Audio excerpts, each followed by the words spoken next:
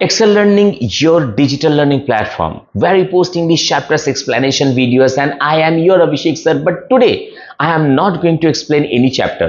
Thumbnail से आप लोग को पता चल ही गया कि आज हम लोग किस बारे में बात कर सकते हैं. How to prepare yourself for your English examination. Yes, this is our today's topic. So actually मुझसे पूछा गया था कि सर क्लास 9 आईसीएससी में इंग्लिश में फुल मार्क्स कैसे मिले. फुल मार्क्स, देखो बच्चों, ये मुझे पता नहीं, लेकिन ये मैं आप लोग को जरूर बताऊंगा कि आप लोग खुद को प्रिपेयर कैसे करोगे. देखो, एक बात मैं हमेशा बोलता हूं, हमेशा, मेरा जितना स्टूडेंट है सबको मैं एक बात बोलता हूं, आपको भी, आप लोगों को भी बोल रहा हूं. शायद ये बात आपको पसंद ना आए, ऐसा भी हो सकता है कि आप मुझसे सहमत ना हो, लेकिन फिर भी मैं जो हमेशा कहता हूं आज भी मैं वही कहूंगा कि आप लोगों को एग्जामिनेशन में कितना मार्क्स मिल रहा है इससे ज्यादा ध्यान दो आप लोग क्या सीख रहे हो. तो आप लोग क्या सीख रहे हो, अगर इसमें आप लोग ज्यादा ध्यान दोगे तो नंबर आपको मिल ही जाएगा. डेफिनेटली नंबर, कितना मार्क्स मिल रहा है ये बहुत इंपॉर्टेंट है. मैं ये नहीं बोल रहा हूं कि इंपॉर्टेंट नहीं है, ये जरूर जरूर बहुत इंपॉर्टेंट है, लेकिन उससे भी ज्यादा इंपॉर्टेंट है आप कितना सीख रहे हो, आप खुद को कितना एनरिच कर रहे हो उस टॉपिक में जो आप पढ़ रहे हो, जो आपको सिखाया जा रहा है. तो अगर आप खुद को एनरिच कर पाओगे उस पर्टिकुलर टॉपिक में तो देखना यू विल बी फिल्ड, ये और ज्यादा अच्छा होगा. लेकिन मार्क्स डेफिनेटली जरूरी है. सो आज मैं थोड़ा डिस्कस करने वाला हूं कि how to prepare yourself for your English examination. So in this context, ये जो कंटेक्स्ट है, ये जो टॉपिक है, इसको मैंने दो पार्ट में डिवाइड किया है. एक है preparation and practice management and second one is stress management. ये दो पार्ट ही बहुत बहुत इंपॉर्टेंट है. First one is preparation and practice management and second one is stress management. को आप कैसे प्रिपेयर करोगे खुद को और कैसे प्रैक्टिस करोगे, ये एक पार्ट हुआ. अब अगर मान लो कि आप प्रिपेयर्ड हो, आपने प्रैक्टिस भी किया है, सब कुछ ठीक ठाक है, लेकिन एग्जामिनेशन हॉल में अगर आप स्ट्रेस्ड में आ गए, अगर आप डर गए, तो आपने इतना दिन जो प्रैक्टिस किया, आपने जो सीखा, सब बेकार चला जाएगा. तो प्रिपरेशन जो है, इसके अंदर दो पार्ट आ रहा है. एक है preparation and practice management and second one is stress management. तो ये दो टॉपिक जो है आज मैं डिस्कस करूंगा. तो देखो, first one is time yourself to read the question properly. Question मिलता है, कभी कभार ये होता है कि हम लोग करते थे, मैंने भी कभी कभार अपने लाइफ में किया है, क्योंकि एक टाइम में मैं भी स्टूडेंट था, आज भी मैं स्टूडेंट हूं. मैं हमेशा सीखता हूं हर किसी से, आप लोगों से भी मैं हमेशा सीख रहा हूं. तो मैं भी एक स्टूडेंट हूं. तो कैसे क्या होता है ना कि क्वेश्चन पेपर हाथ में मिलते ही अच्छा ठीक है, चलो ये क्वेश्चन मुझे आता है, लिखना शुरू कर देता है. नहीं, एग्जामिनेशन हॉल में आप लोगों को 15 मिनट्स दिया जाता है क्वेश्चन पढ़ने के लिए. और वो क्वेश्चन पढ़ना मतलब अभी पढ़ना नहीं, वो पढ़ने का मतलब है आप लोग गौर से, with keen interest, with all your attention आप लोग क्वेश्चन पढ़ो और समझो कि कौन सा क्वेश्चन में आपका ग्रिप ज्यादा अच्छा है. सो क्वेश्चन पेपर जब मिलेगा एग्जामिनेशन हॉल में, या फिर मान लो कि घर में आपका जो सर है वो भी, या फिर जो मैम है वो आपका टेस्ट ले रहा है, तो वहां पे भी सेम ये अप्लाई करना सीखो कि क्वेश्चन पहले पढ़ना सीखो ठीक से. ये कहा जाता है ना, at first be a good listener, ये कहा जाता है ना. तो पहले हम लोगों को क्या करना चाहिए, क्वेश्चन जो है वो क्वेश्चन पेपर ठीक से पढ़ना चाहिए. ओके, एकदम अच्छे से वो क्वेश्चन पेपर पढ़ना और वहां पे पेंसिल से मार्क कर लेना कि कौन कौन सा क्वेश्चन में आपका ग्रिप अच्छा है. और उस क्वेश्चन में क्या होगा, read the paper word by word, हर एक वर्ड आप लोगों का पढ़ना होगा. और ज्यादा फोकस करना जिस क्वेश्चन में पूछा जाता है how, what, comment on and justify, ये सब जो वर्ड है. क्योंकि देखो, एक मैं नॉर्मल एक क्वेश्चन ले रहा हूं कि बोंकू बाबू से सपोज एक क्वेश्चन है कि what was Bonku babus fear about his job, अपनी जॉब के बारे में बोंकू बाबू का क्या डर था. तो अगर आप आंसर ऐसे लिखोगे, Bonku Babu afraid of losing his job because मैंने नहीं पूछा, बिकॉज यहां पे नहीं पूछा गया है, यहां पे पूछा गया कि उनका डर क्या था, लेकिन आप आंसर लिख रहे हो वो डरते थे क्योंकि, तो क्योंकि नहीं पूछा, यानी कि यहीं पे जाके आपका आंसर जो है वो गलत राह पे चला गया, आपका आंसर जो है वो गलत ट्रैक पे चला गया। तो आपको क्या लिखना होगा, Bonku Babu's biggest fear about his job was to lose it, why. अब आप एक्सप्लेनेशन जो है, जो रीजन है वो लिखो। तो पहले हर एक वर्ड को पढ़ो, पढ़ के समझो कि इस वर्ड में क्या पूछा जा रहा है, हाउ पूछा जा रहा है, व्हेन पूछा जा रहा है, व्हाट पूछा जा रहा है, कमेंट ऑन पूछा जा रहा है, या फिर जस्टिफिकेशन मांग रहा है। तो ये जो टॉपिक है यहां पे मैं देखता हूं, मैं अभी जब कॉपी चेक करता हूं, maximum students make mistake in this point. Okay, at this point maximum students make mistake. So यहां पे पहले आपको क्वेश्चन जो है वो ठीक से पढ़ना होगा। नेक्स्ट क्या होगा, answer all the questions in a sequential order. कि ये होता है कभी कभार, मान लो कि एक आरटीसी दिया गया है, आरटीसी 1, आरटीसी का ए बी सी डी 4 जो है वो नंबर दिया गया है। आप लोग पहले क्वेश्चन, आप फर्स्ट आरटीसी का ए बी लिख रहे हो, फिर जाके कहीं पे सी लिख रहे हो, फिर जाके कहीं पे डी लिख रहे हो। तो ये क्या होता है ना, ये एक गलत इंप्रेशन, ये एक बैड इंप्रेशन क्रिएट होता है।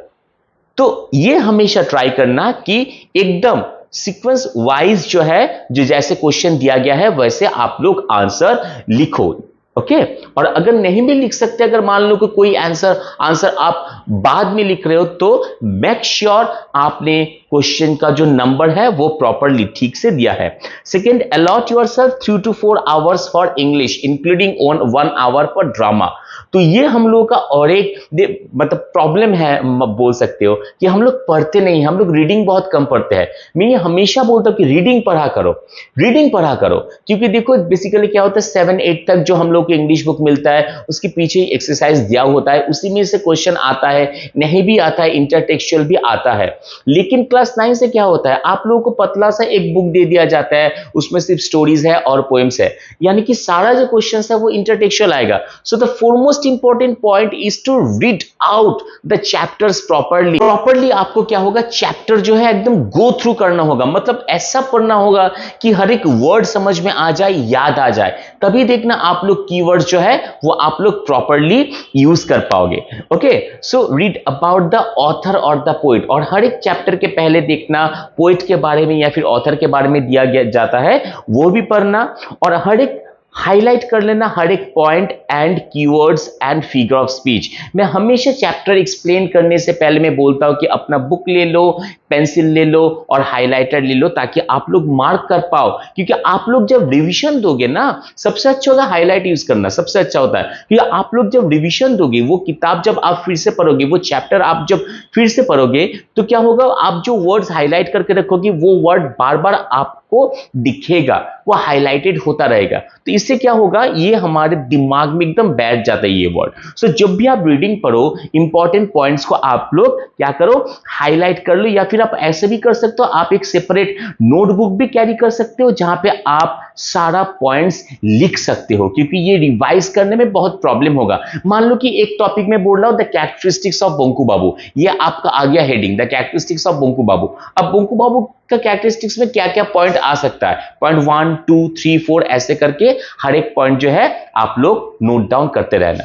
तो इससे क्या होगा, आप लोग जब वो कॉपी देखोगे तब अच्छा बोंकू बाबू का कैरेक्टरिस्टिक्स में ये आ गया, उसके साथ ये रेफरेंस आ गया, तो ये आपके सामने क्या होगा ना, एक छवि के जैसा रहेगा। ये बहुत इंपॉर्टेंट है। ओके, अच्छा, और हर एक वीक में हमेशा ट्राई करना कि एक रिटन प्रैक्टिस पेपर आप लोग रख सको, क्योंकि क्या लिख रहे हो ये एक प्रैक्टिस का बात है कि आप कैसे लिख रहे हो, आंसर को आप कैसे आर्टिकुलेटिंग वे में सजा रहे हो, कीवर्ड्स ठीक से यूज कर पा रहे हो कि नहीं। आपको पूछा जा रहा है आपका नाम क्या है, लेकिन आप बता रहे हो कि आप कहां पे रहते हो, सो डेफिनेटली ये गलत आंसर हुआ। आपको ये पूछा जा रहा है कि आप क्या खाने में पसंद करते हो, लेकिन आप ये बोल रहे हो कि आपका फेवरेट कलर क्या है, तो डेफिनेटली वो गलत आंसर हुआ। सो क्वेश्चन में जो पूछा जाएगा उसी के रिलेटेड जो कीवर्ड्स है वही आप लोग को यूज करना होगा। और ये कैसे आप लोग याद कर पाओगे, सबसे अच्छा होगा कि आप लोग एक सेपरेट नोटबुक करो, उसमें हर एक पॉइंट आप लोग लिखते रहो, ये बहुत ही हेल्पफुल होगा, ठीक है। और मैं जो हमेशा बोलता हूं कि चैप्टर्स पढ़ो, रीड करो, बस चैप्टर्स रीड करो, ये बहुत बहुत जरूरी है। मतलब maximum students don't do it, maximum, इसीलिए नंबर जो है कम आता है। तो चैप्टर को रीड करो, तभी जाके आप लोग कीवर्ड्स याद रख पाओगे, और आप लोग जब कीवर्ड्स याद रख पाओगे तो आप लोग उसे आंसर स्क्रिप्ट में पुट कर पाओगे। अगर पुट कर पाओगे तो आप लोगों को नंबर भी मिलेगा, मार्क्स भी मिलेगा, right. Now coming to the stress management, और यहां पे मैं सबसे पहले ये बोलूंगा कि आपको जो पसंद है वो करो, उसके लिए टाइम निकालो। आपको जो पसंद है, आपको गाना सुनना पसंद है, गाना सुनो आधा घंटा। आपको खेलना पसंद है, आधा घंटा खेलो। आपको पेंटिंग करना पसंद है, आधा घंटा पेंटिंग करो। आपको एक्टिंग करना पसंद है, आईने के सामने एक्टिंग करो। आपको क्रिकेट खेलना पसंद है, आपको वॉक में जाना पसंद है, आप वॉक में जाओ आधा घंटा। लेकिन ये करो, ये बहुत बहुत इंपॉर्टेंट है। एक नॉर्मल सा बात आप समझो, मान लो कि एक जार है, उस जार में आप कुछ रख रहे हो, तो वो जार पूरा फिल हो गया। उसके बाद आप जब वो जार में आप जो चीज रखे हो, अगर उसे खाली नहीं करोगे तो आप नया चीज उसमें रख नहीं पाओगे, है कि नहीं। तो आप लोग, हमारा दिमाग भी वैसा ही है कि आप एक चीज ले रहे हो अंदर, आप पढ़ रहे हो, तो हमारे दिमाग में आ गया है। तो अगर आप अपने माइंड को फिर फ्री नहीं करोगे तो नेक्स्ट चीज आप अपने दिमाग में नहीं डाल पाओगे, है कि नहीं। तो इसीलिए वो जो अपना एक्टिविटी, आपको जो पसंद है वो एक्टिविटी आप जब करोगे ना, तो देखना आप स्ट्रेस फ्री हो जाओगे। तो फिर आप मन बिठा पाओगे अपने पढ़ाई में, अपने स्टडी में। तो ये बहुत इंपॉर्टेंट है। हेल्दी खाना खा लेना, ठीक है, और सोना बहुत जरूरी है। मैं ये बार बार बोलता हूं, सोना बहुत जरूरी है, इट इज वेरी नेसेसरी। और अगर कुछ प्रॉब्लम है, अगर आप लोग स्ट्रेस में हो, कुछ समझ में नहीं आ रहा है, तो डेफिनेटली अपनी मम्मी पापा से बात करो, अपने टीचर से बात करो, लेकिन अपने आप को फ्री रखो। और ये जो स्ट्रेस मैनेजमेंट में आपका खुद का जो एक्टिविटी है, जो आपको पसंद है, ये बहुत इंपॉर्टेंट है। ये आपको करना ही चाहिए ताकि आपका माइंड फ्री रहे और आप नेक्स्ट जो टॉपिक है या फिर नेक्स्ट जो सब्जेक्ट है आप वो पढ़ सको। I hope clear. So what we get 2 points. First of all, preparation and practice management, and second is stress management. Stress management के लिए सबसे इंपॉर्टेंट है, आपको जो पसंद है आप आधा घंटा के लिए ही सही, लेकिन वो करो, अपने लिए टाइम निकालो, खुद के लिए टाइम निकालो, जो कि बहुत बहुत बहुत जरूरी है, बहुत जरूरी है। और प्रैक्टिस, चैप्टर ठीक से पढ़ो, चैप्टर ठीक से पढ़ो। हर मतलब अपने इंग्लिश सब्जेक्ट के लिए टाइम रखो, 3 घंटा या फिर 4 घंटा मैं इंग्लिश पढ़ूंगा, मैं इंग्लिश पढ़ूंगा। अलग से नॉवेल्स भी पढ़ो, मैं ये हमेशा बोलता हूं, अलग से नॉवेल्स भी पढ़ो। देखो बच्चों, मुझे पता है कि अभी इतना प्रेशर है आप लोगों के ऊपर कि आप लोग दूसरा कुछ स्टोरी बुक्स पढ़ोगे, नॉवेल्स पढ़ोगे, ये शायद टाइम नहीं मिलेगा। लेकिन फिर भी मैं बोलूंगा, अगर 10 मिनट 15 मिनट भी हो तो अलग से कुछ बुक्स पढ़ो। इससे क्या होता है, हमारा सोचने का जो दरिया होता है, मतलब जो सोचने का जो लिमिटेशन होता है ना, वो बहुत फैलता है, वो बहुत खुलता है। तो इसीलिए I always suggest to read books. Okay, novel लो, बहुत सारा नॉवेल है, रस्किन बॉन्ड का है, ये है वो है, बहुत सारा नॉवेल है, नॉवेल लो पढ़ो। तो आप जब नॉवेल पढ़ोगे ना, आप जब दूसरा बुक पढ़ोगे ना, तो देखना ऑटोमेटिकली उसके बाद आप जब अपना बुक पढ़ोगे, यानी जो आपके सिलेबस में है वो चैप्टर पढ़ोगे, तो ऑलरेडी आप रिलेट कर पाओगे। और दूसरे टॉपिक के साथ आप आंसर स्क्रिप्ट में जितना ज्यादा रिलेट करोगे, उतना टीचर मतलब खुश हो जाएंगे कि नहीं, चलो ये बच्चा जो है, ये स्टूडेंट जो है, ये पढ़ता है, इसे मालूम है, ही और she knows it very well. तो teacher will be impressed and teacher will give you अच्छा मार्क्स, अच्छा नंबर, है कि नहीं। तो अलग से बुक भी पढ़ो, प्रैक्टिस करो, ज्यादा से ज्यादा प्रैक्टिस करो। कुछ प्रॉब्लम होगा तो मुझसे पूछो। मैं ये नहीं बोल रहा हूं कि मैं हर एक क्वेश्चन का आंसर दे पाऊंगा, क्योंकि यहां पे भी मेरा बैक टू बैक बैचेस चलता है, ठीक है। But I will try to answer you as soon as possible. जितना जल्दी हो सके मैं ट्राई करूंगा कि आप लोगों को मैं आंसर दे पाऊं। तो ये दो जो पॉइंट है, ये पॉइंट आप लोग जरूर अपने दिमाग में रखना, preparation and practice management and stress management. Stress free रहना ही होगा। ओके, तो आज बस इतना तक ही। I hope this video is going to be very helpful for you. So please subscribe the channel and press the bell icon and share the channel with your friends also. मिलते हैं next video में कुछ नया topic के साथ या फिर नया चैप्टर के साथ। देखते हैं नेक्स्ट वीडियो में क्या रहेगा। आज के लिए बस इतना ही। Tata, bye bye and see you.